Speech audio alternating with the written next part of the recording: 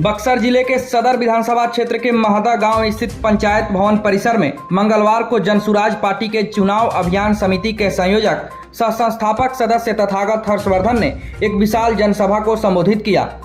इस दौरान उन्होंने जनसुराज के विचारों, नीतियों और भावी योजनाओं से आम जनता को अवगत कराया। उन्होंने कहा कि जनसुराज सिर्फ एक राजनीतिक विकल्प नहीं बल्कि एक सामाजिक आंदोलन है जो हर वर्ग के विकास के लिए प्रतिबद्ध है। जनसभा में बड़ी संख्या में ग्रामीणों की भागीदारी रही, जिन्होंने पार्टी के प्रति उत्साह और समर्थन का स्पष्ट संकेत दिया। इस जन संवाद कार्यक्रम में उपस्थित महदा गांव के ग्रामीणों ने एक स्वर में जनसुराज को समर्थन देने का संकल्प लिया। वहीं तथागत हर्षवर्धन को फूल माला पहनाकर और अंग वस्त्र भेंट कर उनका भव्य स्वागत भी किया गया। जनसंवाद में महिलाओं की उल्लेखनीय भागीदारी रही। उन्होंने न केवल अपनी समस्याएं बेबाकी से रखी बल्कि यह भी भरोसा जताया कि जनसुराज ही उनके मुद्दों का सही और अस्थायी समाधान कर सकता है।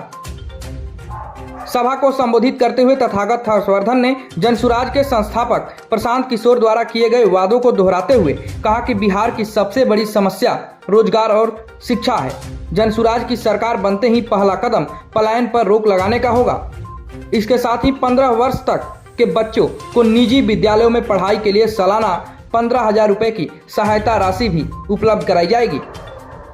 उन्होंने बुजुर्ग मतदाताओं से संवाद करते हुए कहा कि 60 वर्ष और इससे ऊपर के नागरिकों को 2,000 रुपये मासिक पेंशन की सुविधा भी जनसुराज की ओर से दी जाएगी ताकि वे सम्मान पूर्वक जीवन जी सकेंगे। महिलाओं को सशक्त करने के लिए सस्ते ऋण की सुविधा सुनिश्चित करने का भी वादा किया गया। हमारे ये मुद्दे नहीं है, हमारे संकल्प और दिल के बहुत अजीज संकल्प हैं। उस संकल्प में बिहार के हर एक वर्ग का चेहरा है, हर एक वर्ग के लिए सोच है और वो सोच बिहार कैसे विकसित हो, बिहार की व्यवस्था कैसे बदले, 3.5 दशकों से जो बिहार की दुर्दशा उससे निकलने का ये 5 संकल्प है। इन 5 संकल्पों में जैसा मैंने कहा कि हर एक वर्ग का चेहरा और उनके लिए सोच है। पहला संकल्प हमारे बच्चों के लिए है, 15 साल से छोटे बच्चों के लिए विश्व स्तरीय शिक्षा की। दूसरा जो हमारा संकल्प है वो हमारे बिहार के युवाओं के लिए है। आप जानते हैं कि 50 लाख से ज़्यादा युवा और बुजुर्ग हमारे बिहार से पलायन कर चुके हैं रोजगार के लिए। तो दूसरा जो हम लोग का है रोजगार और पलायन रोकना। तीसरा जो मातृशक्ति को बढ़ावा देना और उनको और प्रेरित करना कि उनका हाथ कैसे सशक्त हो सके, वो तीसरा हमारा संकल्प महिलाओं के लिए है जो अगर अपने रोजगार करना चाहेंगे तो 4% वार्षिक दर पे उन लोगों को पैसा मुहैया कराया जाएगा। चौथा जो हमारा संकल्प है वो बड़ा अहम संकल्प है, वो जो कहें समाज का जो मस्तिष्क है, मतलब हमारे बुजुर्ग जो 60 साल से ऊपर हैं उनको 2,000 का मासिक पेंशन का है। और 5वां संकल्प वो चूँकि बिहार कृषि प्रधान क्षेत्र है, किसानों की आय दुगनी कैसी हो और किसानों को जो समस्या किसान झेल रहे हैं अपने फसल को लेकर उसका निष्पादन कैसे हो बेहतर ढंग से, ये 5 संकल्प जनसुराज के हैं। लगता है आपको कि आपकी बातें समझ पाएगी जनता? बिल्कुल समझ पाएगी जनता। अगर नहीं समझ पाती तो ये हजूम कहाँ से आप देख रहे हैं। और जहाँ भी आप जा रहे हैं आप लोग देख रहे होंगे कि चाहे प्रशांत जी की रैली हो, चाहे ये इस तरह का बिहार बदलाव सभा हो, लोगों का अपार प्यार, स्नेह और आशीर्वाद मिल रहा है। उपचुनाव में कैसे बहुत देखिए, उपचुनाव में तुलना आम चुनाव की आप नहीं कर सकते हैं। आपको बेहतर जानते हैं कि उस समय मात्र हम लोग 25 या 30 दिन की पार्टी थी। 2 अक्टूबर 2024 में हमारी पार्टी का संगठन मतलब ये बना और तुरंत नवंबर में चुनाव आ गया था और चुनाव लड़ना भी जरूरी था, लेकिन बहुत राष्ट्रीय दल से बेहतर हमारा प्रतिशत आया था हमारे को वोट को। आप प्रबुद्ध जन आप बेटर जानते हैं उसके बारे में। आप कह रहे हैं कि जनता का अपार समर्थन आपको मिल रहा है, लेकिन सदर विधायक कहते हैं कि जनसुराज का कोई जनाधार किसी जाति में किसी पार्टी में नहीं है। देखिए, मैंने आपको पहले ही कहा कि बिहार की दुर्दशा 3.5 दशक में जो हुई है वो इन्हीं बातों पे हुई है। हमारे पास कोई जात पात का वोट नहीं है। मैं आपके माध्यम से उनको बता देना चाहता हूँ कि जमात का वोट जनसुराज के साथ, बिहारियों का, बिहार के जो हमारे लोग हैं जो निवासी हैं उनका वोट जनसुराज के साथ है। जात पात के चक्कर में तो हम लोग है ही नहीं। हमारी तो सारी कहानी जात पात के खिलाफ है। जो आज तक जात और पात के नाम पे समाज को बांटते आए हैं उनके लिए जनसुराज एक करारा थप्पड़ का काम करेगी। बोल रहे हैं कि बी टीम है बीजेपी का। अब देखिए, किसी को बोलने की सबको आज़ादी है। हमारे संविधान में ये बात लिखी गई है, जिसकी जितनी समझ होगी उतनी बोलेगी। वो कभी बी टीम बोलते हैं, कभी बोलते हैं इंडिया गेट गठबंधन के पीछे से मदद करेंगे। तो पहले वो खुद ही इस बात के लिए आश्वस्त हो जाएं कि वो कौन सी टीम है। दूसरों के बैसाखी पे चलने वाले लोग, मेहनत कश लोगों को ऐसे बात नहीं करना करते हैं। ये मेरी नसीहत है उनको। विधायक जी ने कहा कि पहले जनसुराज ने प्रशांत किशोर ने पहले सभी पार्टियों को लूटा, अब जनसुराज पार्टी बना करके बिहार को लूटने चले। मैंने तो पिछले अपने वक्तव्य में कहा था कि वो सिद्ध कर दे। उन्होंने लुटेरा शब्द का इस्तेमाल किया था ना, मैंने तो चैलेंज किया था, वो सिद्ध कर दें कि जनसुराज लुटेरा है। अरे उन्हीं को लूटा हो तो बता दें, मैं उस दिन जनसुराज से इस्तीफा दे दूंगा। और अगर वो सिद्ध करने में नाकाम होते हैं तो चैलेंज एक्सेप्ट करें, अगले दिन विधानसभा का से अपना इस्तीफा दे दे और आए दो हाथ कर ले मैदान में। पूर्व आईपीएस जो आपके यहाँ से चले आए हैं, अब उनका ये कहना है कि आप लोग केवल सोशल मीडिया पे छाए हुए हैं। देखिए वो उनका विचार होगा, हम उस पर ज्यादा बोलना आपको उचित नहीं समझते। नहीं, जनसुराज में थे वो किस कारण से गए वो बेहतर बता पाएंगे। हर एक व्यक्ति को आजादी है, वो किस विचारधारा से आए थे या किस विचारधारा में उनको रहना है, वो निर्णय तो वो करेंगे। पढ़े लिखे आदमी हैं, यंग हैं। आप सदर विधानसभा से चुनाव लड़ने वाले हैं? देखिए, हमारे पार्टी में ये इस तरह का कोई भी ऐसा चीज नहीं है। हमारे अभी ये लक्ष्य किए गए हैं, जो लोग उस चीज पे खड़े उतरेंगे, जनता जिसकी पुकार करेगी, जरूर जनसुराज उन्हीं लोगों को टिकट देगी। लेकिन जिस प्रकार से आप सक्रिय हैं उससे लग रहा है कि आप देखिए, हम आपको बता दें कि बिहार बदलाव में हर एक जनसुराजी लगा हुआ है। लक्ष्य मात्र चुनाव लड़ना नहीं है। बिहार बदलाव में अगर हमारी कोई भूमिका, छोटी भी भूमिका रहती है तो मैं अपने जीवन को सार्थक मानूंगा। आप दूसरों को कह रहे हैं कि जाति पाति की बात करते हैं, लेकिन आपके प्रशांत किशोर जी तो कभी उन्हीं लोगों के साथ।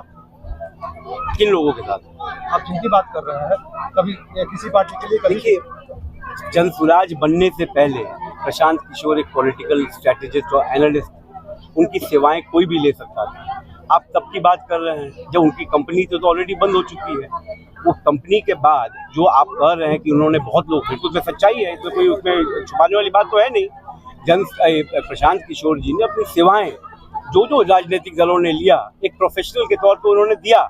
लेकिन विगत 3 वर्षों से ये जब उन्होंने देखा कि जब मैं दूसरों की मदद कर सकता हूं तो बिहार में क्यों नहीं, बिहार की अवस्था और व्यवस्था को क्या आप सही मानते हैं कि सही है? मैं आपसे ये प्रश्न पूछता हूं। आप प्रशांत जी की बात छोड़िए, आप क्या समझते हैं कि बिहार में व्यवस्था बदलनी चाहिए कि नहीं बदलनी चाहिए? तो जनता बताएगी ना, जनता तो लगातार चुन रही है। जनता चुन नहीं रही है। जनता को आज तक दिग्भ्रमित किया गया, जात और पात के नाम पे बांटा गया। आप हमें बताइए, जातीय जनगणना हुआ था ना, जातीय जनगणना के बाद पटल पे नीतीश कुमार जी ने वादा किया था ना कि 95 लाख जो बिहार में, जो हमारे बिहार वासी हैं, जो किसी जात समुदाय के हों, अगर गरीबी रेखा से नीचे हैं तो उनको 2-2 लाख रुपया मिलेगा। क्या उन्होंने दिया? उसके अलावा तमाम लाखों लोग, जो 50 लाख के करीब उनकी तादाद है, जो भूमिहीन लोग हैं, उनको 3 डिसमिल जमीन देने का वादा किया था। क्या उन्होंने दिया? जातीय जनगणना खाली जात पात को निर्धारित कर अपनी राजनीतिक रोटी सेकने के लिए था कि जो आपने जातीय जनगणना किया उसमें जो लोग वास्तविक में लाभ जिनको मिलना चाहिए था वो जरूरी था। आपने एक मुद्दा बताया, पलायन रोकेंगे, कोई ठोस ये है, प्लान है कि कैसे रोकेंगे? हाँ, बहुत मुद्दे हैं हमारे पास। आपको धीरे धीरे सारा ब्लूप्रिंट बता दिया जाएगा। अभी तो हमने खाली पलायन का नाम लिया तो सारे दल जो है जाग गए कि बिहार में पलायन हो रहा है, बेरोजगारी का आलम है। ये 35 साल में नहीं समझ में आ रहा था। मैंने पहले ही कहा कि क्या कारण है कि बिहार में आज तक ये सरकारी आंकड़ा है कि 50 लाख से ज्यादा बिहार के युवा बिहार के बाहर रोजगार ढूंढने के लिए मजबूरन उन्हें पलायन करना पड़ा है। मात्र 10 से 15 हजार वाले लोगों की बात कर रहा हूँ मैं, बड़े 50 लाख, 50 हजार और 1 लाख 2 लाख वालों की बात नहीं कर रहा मैं। उनकी भी पलायन हुई है। आने वाले समय में आपको ये भी बताया जाएगा कि पलायन बिहार का बहुत बड़ा मुद्दा है, जिसमें न सिर्फ गरीब वर्ग बल्कि जो मध्य वर्ग है वो भी पलायन करने के लिए मजबूर है, क्योंकि न यहाँ व्यवस्था है न यहाँ सुविधाएं हैं। अच्छा, एक आखिरी सवाल कि क्या कांग्रेस ने आपको ठगा था? यहाँ आके आपको न्याय मिल गया? किस संदर्भ में ठगा था? हर एक आदमी का अपना विचारधारा है। मैंने तो कहा, आपने कहा कि आप चुनाव लड़ेंगे, मैंने तो ये कहा कि बिहार बदलाव में अगर मुझ जैसे व्यक्ति का अगर थोड़ा भी अंश अगर उसमें है तो मैं अपने आप को सौभाग्यशाली शक्ति नहीं है कि बदलाव नहीं, मैं इन सब पे नहीं जाऊंगा। कांग्रेस बहुत बड़ी पार्टी है। कांग्रेस को ये कहना कि कांग्रेस कोई छोटी पार्टी, कांग्रेस बहुत बड़ी पार्टी है। कांग्रेस चाहे 1 पे रहे चाहे 400 पे रहे, लेकिन रहेगी जरूर। इस बात को जान लीजिए। कांग्रेस छोड़ना कुछ मजबूरियां थी मेरी, जो मजबूरियों को मैंने बताया था पहले भी, पुनः उन बातों को बता करके मैं नहीं समझता कि उचित होगा। लेकिन मैं जरूर कांग्रेस भाइयों को, कांग्रेसियों को बोलना चाहूँगा कि इस बात का विचार करें कि कांग्रेस को आज भी कांग्रेसी नहीं चला रहे बिहार में। जिस दिन वो सिद्ध हो जाएगा, कांग्रेस पुनः अपने पैरों पे स्वयं खड़ा हो सच्चे जाएगा। कांग्रेसी की जरूरत है, कांग्रेस को बहुत जरूरत है। जनसुराज में संतुष्ट है?